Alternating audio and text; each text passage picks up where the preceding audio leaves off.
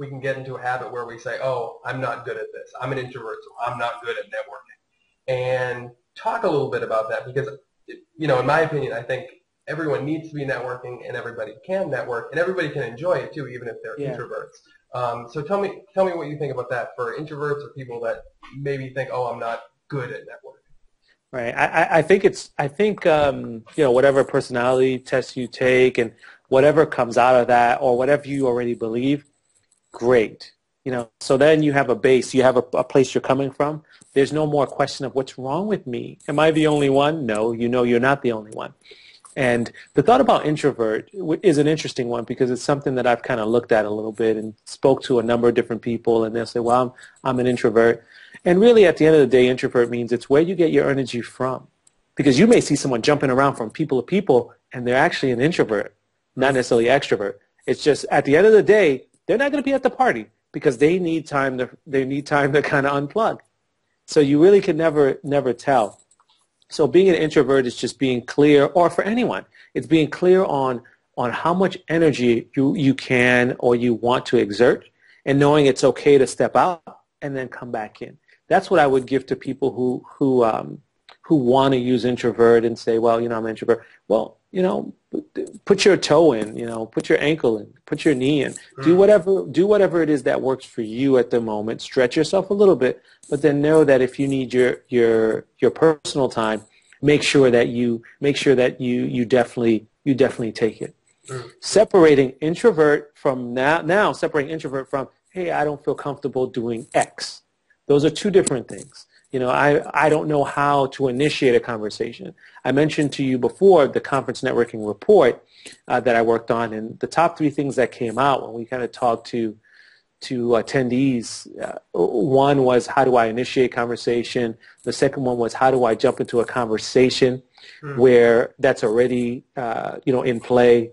And then the third one was, what do I do when I feel like I don't have anything to offer? So those are all questions, which means that there are answers and there are things that you can work on that will help you.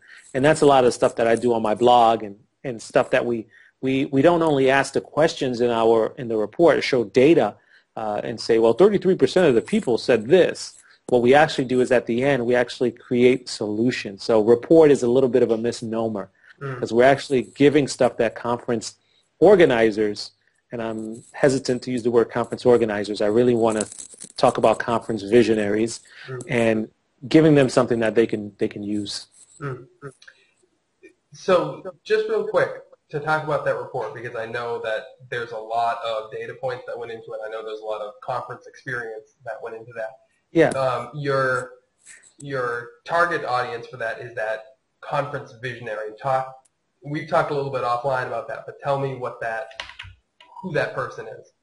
Who that person is. The easiest way for me to describe the person, at least 2 people. One right away, it's someone like Michael Stelzner, who is the founder of Social Media Examiner. It's someone like Pam Slim. And what separates the conference visionary from the conference organizer in my mind? One is a person who cares about the community. There's a reason why they are putting together this conference. They want people to be together. They care about what the community is doing before, during, and after the conference. What I'm making up about a conference organizer is they execute the vision of the conference visionary, which means there's a piece that could potentially be missing. They may not care about the same thing. They need to make sure the logistics are taken care of, which can, not saying it always does, but it can lack some heart.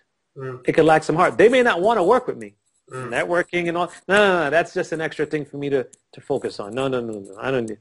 But that's why we're here, and the people we're looking to connect with are conference visionaries. The people who have a vision of bringing people together for a specific reason, and they still care about those people once the job is done.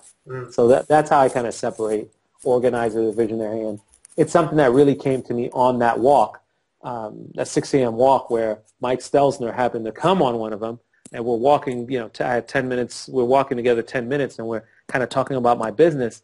And that's when it hit me. It hit me that this guy really cares about the people who are here, and he cares about them. He cared about them before they got here. He cares about them after. So it's more than just, are there enough tables? Did everyone get a badge? Okay, the end. So Yeah, and I think that's actually a really great place then, because it comes back to some of the themes you talked about before in terms of what that event you want to go to. Who are those people that you want to spend time with? It's more than just a professional event. It's a community or a tribe that you're connecting with and that you're contributing to. So yeah, very cool. All right, man. Well, thanks a lot. my pleasure, Brian.